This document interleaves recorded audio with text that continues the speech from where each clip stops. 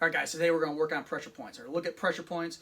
I love this topic in martial arts because it gives you a whole new focus on what you're doing, especially when you're doing kata. Today's kata, we are going to look at Pinyan Shodan, and that first sequence of Pinyan Shodan is loaded with pressure point impacts. You're going to love it.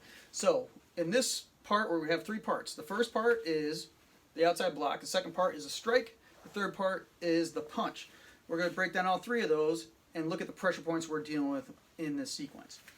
In this scenario, it's going to be a lapel grab that my friend's going to be demonstrating for us a little bit. So someone's got you by the lapel in the chest area. First thing we're going to do, the first move is the outside block, right? Well, it doesn't have to be an outside block. It could be a grab. And this part is basically showing us exactly where to grab on the pressure point. We're grabbing right at the elbow. And the elbow, there's two pressure points that we're looking at. The heart, one starts at the armpit, heart two, right behind the elbow, three is in front, four is down here in the wrist. 2 and 3, those are the areas. That's a funny bone. Very effective pressure point when you squeeze or you even strike it. And that's what we're looking at. We're looking to squeeze this pressure point and activate it. When you activate a pressure point, it's very neat because once you activate one, the next strike on the next one magnifies the pain. Striking a pressure point on itself hurts.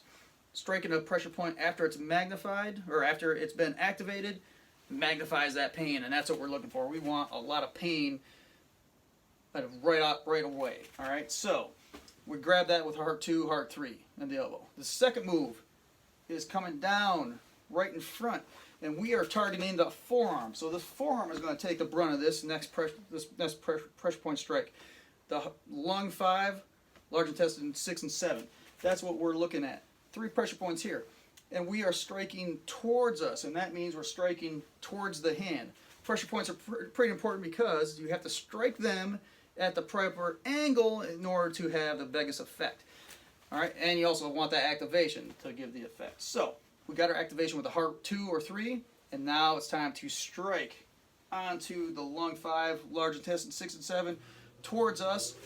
That could potentially, the rule is you hit 3 pressure points at the right way with the right amount of power, you could make that person pass out. So this could be a knockout blow into the arm.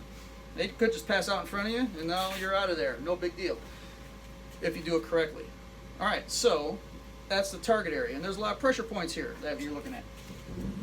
The third part, they didn't pass out, we didn't quite do it right, but now we're punching them.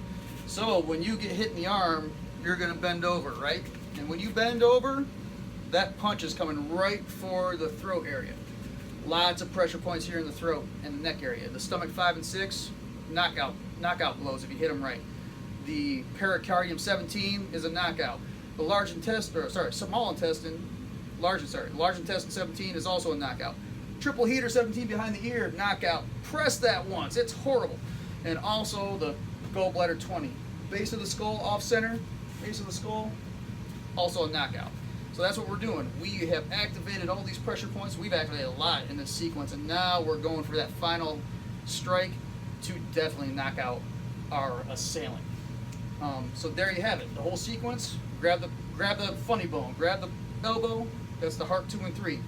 Strike down and towards you. That is the lung 5, large intestine 6 and 7. That still doesn't work. We're hitting for the throat. Anywhere in the throat. Pericardium 17. Large intestine 17, stomach 5 or 6, triple heater 17, gallbladder 20, any of those will work just fine as a knockout and we get out of there. So, one thing you want to think about, and on the street, you're not going to have time to analyze which pressure point you're going towards. So that's why we target in these katas the big areas that have a lot of pressure points. So if you miss, maybe you'll hit another one, and that's the idea. And that will give you the best results for the least amount of effort. And that's the idea of martial arts, to be as effective and efficient as we can during our attacks. I hope you like this lesson. We'll have more coming. All right, thanks.